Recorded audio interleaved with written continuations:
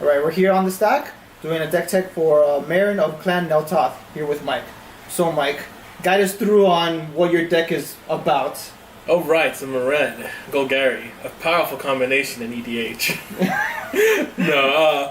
Well, she's pretty potent. She's potent, she is. Meren's a really great commander.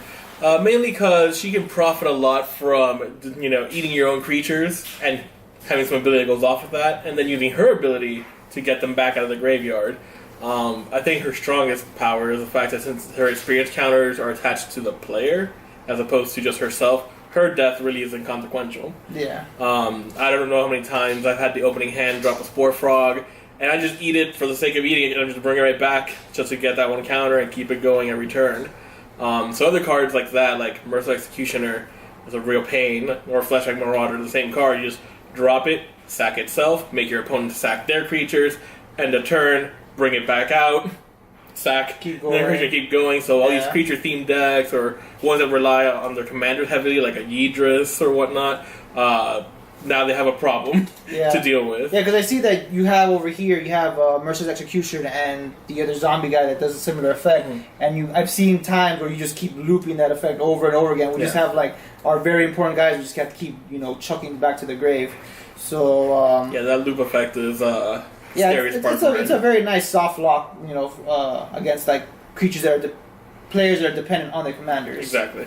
Yeah, so you also got some other sacrifice outlets over here. What are you gonna be? What do you usually do with those? So I have Yahini. Sacrifice. Well, mainly the combo I want to go for is Mikaeus Triskelion, but sometimes I have Walking Ballista, or Woodfall Primus, or Terrastodon, and to really, get the profit, I need to sack them with something. So I have a couple of sack outlets like Greater Good, Ashnod's Altar, Sadistic Hypnotist, Yahini, and then of course I have all the other great cards like Survival of the Fittest, Fauna Shaman, anything to get the really big staircase Vorinclex out and take control. So it's one of my favorite decks to play just because there's so many great synergy.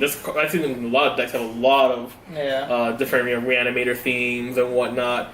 And there's a ton of cards you can just mix it up and make run your own unique flavor because the loop is just great for green and black. Yeah, I mean it's a very good grindy deck that it could either be explosive because the deck also runs regular reanimate spells, so you could just chuck something devastating like Vorinclex and like animate dead, screw everybody's day with that stuff, and then you could start doing your sacrifice plan with that. It's good, or you get tired and just tooth and nail and if it gets to that point, I still got green, I still have mana ramp with Bop and Lateral Elvish Mystic, and just hey, you know what? I got the 9 mana.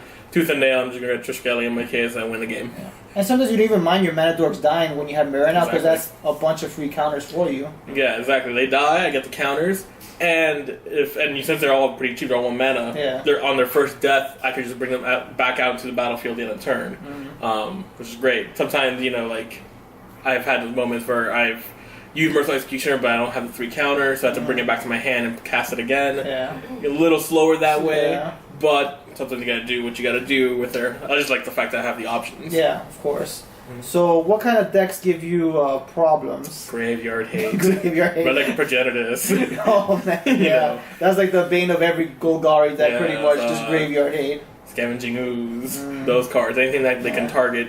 The idea is to cheat stuff in the graveyard consistently with her, keep it looping.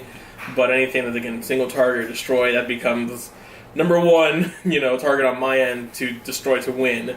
Unless I'm going to hard cast some of these combos, and that's why never would you want good. a hard casting? That's terrible. Exactly. That's why if you got a relic out, you got to take it out. And since relic is cheap, and I mean Tormod's Crypt, there's a bunch of cards that do, there's a lot of things that can ruin your graveyard, fun stuff. So it's Wheel of Sun and Moon. So what's your strategy? So if someone were to pilot your deck, what would be the strategy if someone just has like dedicated graveyard head? Like, do you just automatically I'm just not going to do anything this game, or you got a alternate strategy? So since it's green, you have a lot of really great artifact hate cards, and since you're black, you have a lot of creature destruction cards too. Like I have Shriek Maw, which is great because I can pay for its invoke cost. Yeah. So that's like, I'll kill your Scavenging Ooze, it dies, I get a counter, and the threat I was dealing with is now gone anyways. And then with Meren's ability, I can just bring it back to my hand and invoke it again next turn. So that's one useful way. Degree of Pain, any of those things. So, Unravel the Aether, a bunch of other good green, destruction for artifacts. So I would just say definitely if you're gonna go for control, use your control loop with Meren, but keep some backups just in case for anti-graveyard stuff, because if they take out your graveyard, Meren's kind of useless at that point. Yeah, you don't want to dump everything at that point when you see something like that. Yeah, of course. You know, if you're like, oh, I'm gonna go for the combo and just pop the Relic Progenitus, then you're pretty much done. You get to just kind of hopefully win through damage dealing. I have Jarad in there, so I can throw some big guys at people and try to keep going. Just kind of keep going with trying to get the big guys back out. And I guess if it gets to that point, Meren might have enough counters that it will be kind of free to bring them back out and throw them out again with Jarad, but it's definitely the slow play, and you want to avoid that. Well, she's good in that grindy type of play either way, or throw something big, get something back, really quick, reanimate, and go for that. But especially with this pod and all you cutthroat.